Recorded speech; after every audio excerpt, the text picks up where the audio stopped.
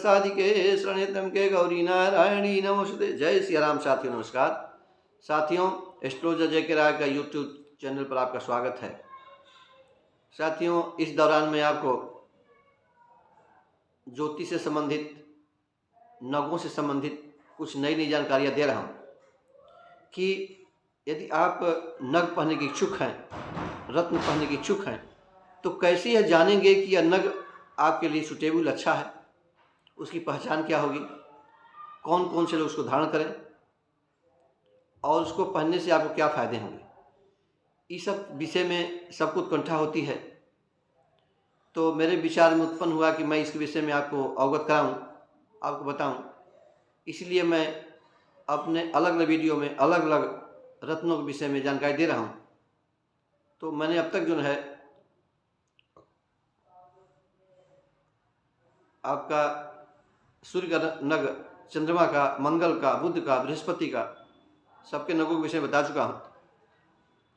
इस वीडियो में आपको बताऊंगा जो हमारे शुक्र ग्रह विलासता के ग्रह होते हैं, ऐश्वर्य प्रदाता होते हैं, वाहन सुख देने वाले होते हैं, वैवाहिक सुख देने वाले होते हैं, तो उनका जो नग है, तो साथियों उनका नग हीरा होता है। तो हीरा और हीरा का उपरत्न, इन दोनों के विषय में बताऊंगा, क्योंकि हीरा का बहुत महंगा नग है। सभी लोग अगर जान ही लेंगे तो उसके विषय में तो पहन नहीं सकते हैं जल्दी, सबको बस की नहीं है। तो उसके विकल्प रूप में क्या पहनना चाहिए, इसको भी बताऊंगा मैं आपको।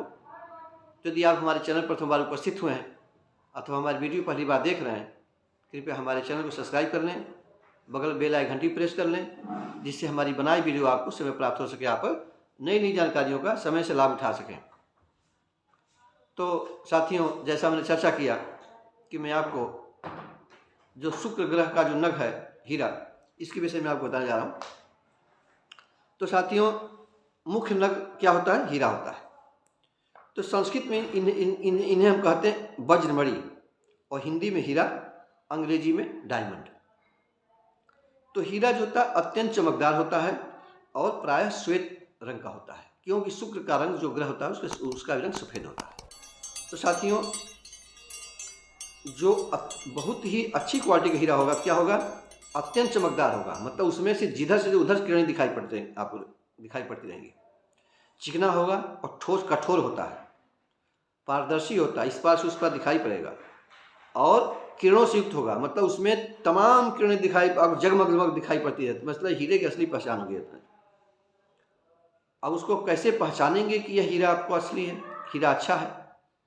तो धूप में यदि आप रख देंगे उसको जो है, तो ऐसे लगेगा कि जो बरसात के समय में आप देखेंगे आकाश में इंद्रधनुष जैसा रंग दिखाई पड़ता था, मतलब जो 7 रंग के दिखाई पड़ते हैं इंद्रधनुष जो है, इस तरह का जो है आपको नज़ारा दिखाई पड़ेगा। जो धूप में यदि आप रखेंगे हीरे को, तो इंद्रधनुष जैसी किरणें उसमें निकलती दिखाई पड़ेंगी आपको जो है।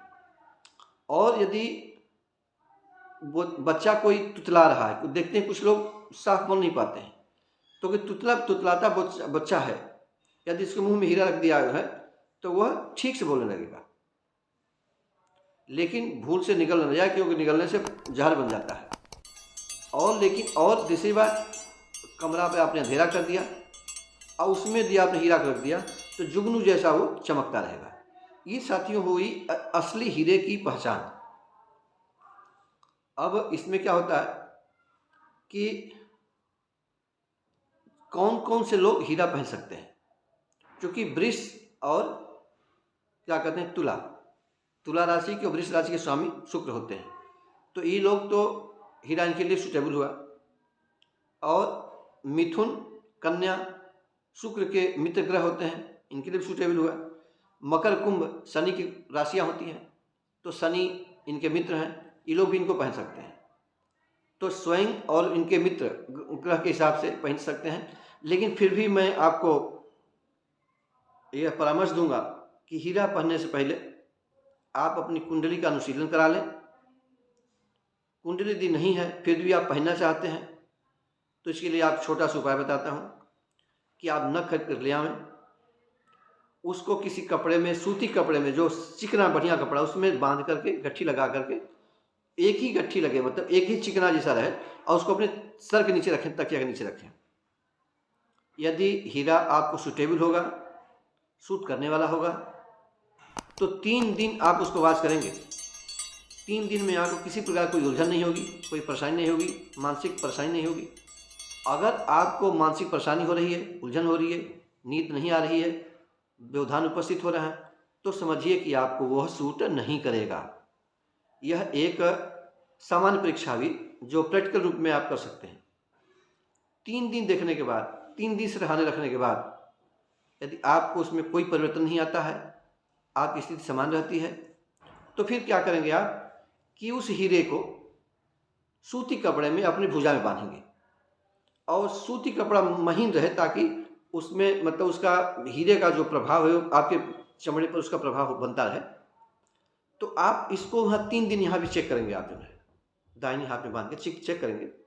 यदि सब कुछ नॉर्मल रहा तो आप हीरा की अंगूठी बना सकते हैं, क्योंकि हीरा एक मैंने बताया कि बहुत ही तेज प्रभाव वाला और महंगा नग है। इसलिए हीरे की पहचान करने के बाद आपको सूट करेगा कि नहीं करेगा। यदि आपके पास कुंडली नहीं है तो अब तो इस विधि से आप सूट कर सकते हैं जो मैंने बताई, और कुंडली है तो आप उससे विचार करा लीजिए कुंडली से कि हीरा आपके लिए सूटेबल है कि नहीं। लेकिन जो वृष और तुला राशि, इन दोनों के मालिक शुक्र होते हैं। ये लोग तो बगैर किसी ज़्यादा चिंता परेशानी के धारण कर सकते हैं। और साथियों इस और विषय में और क्या बताऊँ, इसको जैसे वैदिकीय प्रभाव में हीरे का क्या होता प्रभाव, तो लोगों की वीर्य में विकार होते हैं, प्रमेह रोग होता है, हृदय रोग होता है, स्त्रियों में श्वेत प्रदर होता है, बच्चों में सूखा रोग होता है, कुछ लोगों को मानसिक कमजोरी होती है, नपुंसकता होती है, दुर्बलता होती है, वायु का प्रकोप होता है, मंदाग्नि होती है यानी कि भूख कम लगती है। इन तमाम चीज़ों में जो है, इन तमाम रोगों में वैदिकीय प्रभाव में वैदिकीय लोग जो है हीरे के भस्म बना करके आपको देते हैं खाने के लिए, उससे आपको फायदा होता है। और लेकिन इसको जो आप पहनने से आपको क्या फ़ायदा होगा, तो इसको पहनने से आपके जो जनरेशन है उसमें वृद्धि होगी। यदि संतान नहीं प्राप्त हो रही तो संतान प्राप्त होगी, क्योंकि वंश वृद्धि में सहायक होगा जो है। और स्त्री और संतान सुख की प्राप्ति कराएगा, क्योंकि मैंने बताया कि शुक्र एक स्त्री ग्रह है। तो यदि आपकी कुंडली में शुक्र योग कारक नहीं है, शुक्र अशुभ प्रभाव में है, तो आपके विवाह में बाधा पहुंच सकती है, विशेष तौर से पुरुषों के जो है, क्योंकि बृहस्पति जो ग्रह होते हैं स्त्रियों के विवाह में सहायक होते हैं, और शुक्र ग्रह जो होते हैं वो पुरुषों के लिए योग कारक होते हैं।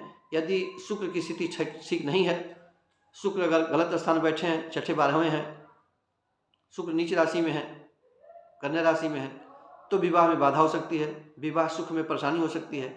इन समस्याओं को दूर करने के लिए भी आप हीरे का प्रयोग कर सकते हैं।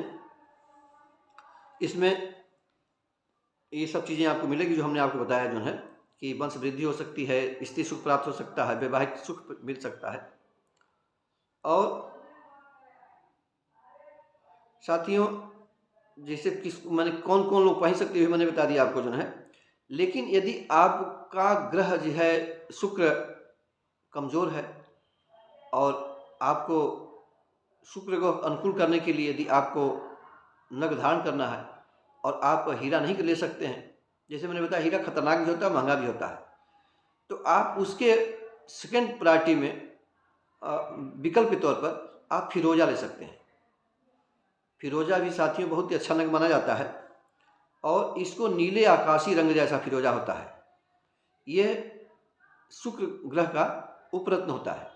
और साथियों फिरोजे में एक क्वालिटी होती है कि आपके प्रति कोई संकट आने वाला है, कोई परेशानी आने वाली है, तो वो फिरोजा अपने आप चटक जाता है, टूट जाता है, अथवा रंग बदल देता है।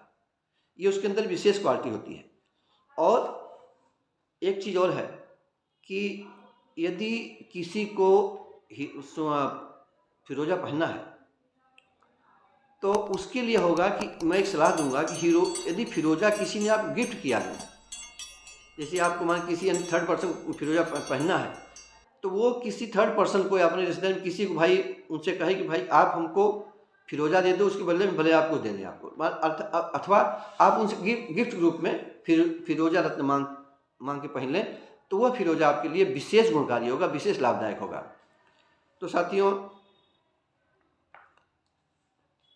ये जो नग हैं फिरोजा अथवा हीरा, हर ग्रहों की, हर नगों की एक आयु होती है।